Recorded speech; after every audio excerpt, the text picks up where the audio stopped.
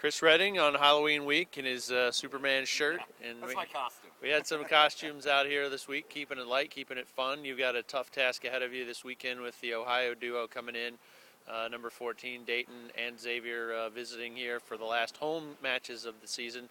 The good news is you get them on your floor where you guys have played well this season. So let's discuss the challenge of these two teams starting with Friday night.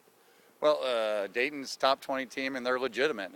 You want to come see big-time volleyball, this is the match to come out to. The one thing I see with them is they're very balanced. They attack you from every angle. So we're going to have to play very balanced team defense if we want to compete with them.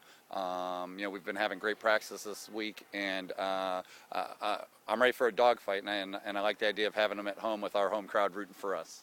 Yeah, you've had some nice big crowds, and with basketball opening up this week, that gets more people kind of involved in and around Halton Arena.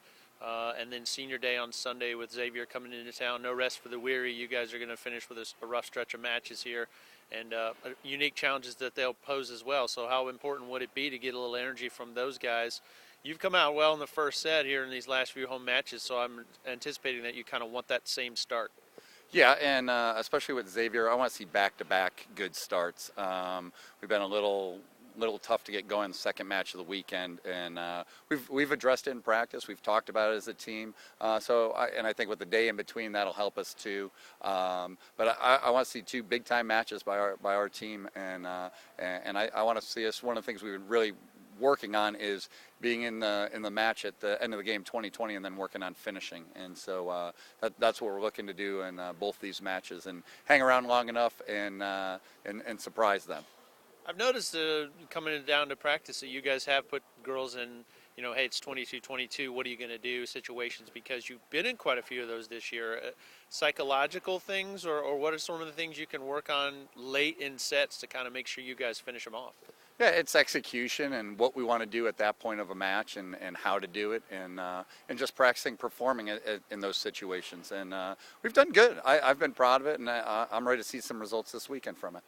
All right, the usual bumps and bruises this late in the season, plus the fact that you've played a lot of young players who by this point have gotten a lot of seasoning. So how would you assess your kind of health level and mental acuity here in these last three matches? That's a big word for me, but mentally I think we're in a good place. And but physically we've been dinged up all conference. I think that's the one thing that we haven't been able to control that's been against us, but we've battled through. I'm looking for a big finish. That's what we've been talking about since the weekend, is our last three matches, which the first two being at home. We want to play our best volleyball. We want to put pressure on the opponents, and we want to finish strong this season. All right, last two at home this year. Let's get some people out here. Let's keep that attendance up. And I know you guys love feeding off that energy, so kind of a last shout out to the Niner Nation crowd this year. Yeah, and we got 4 special seniors graduating on Sunday. I'll get teary-eyed, so come on out and support us. Thanks. Go Niners.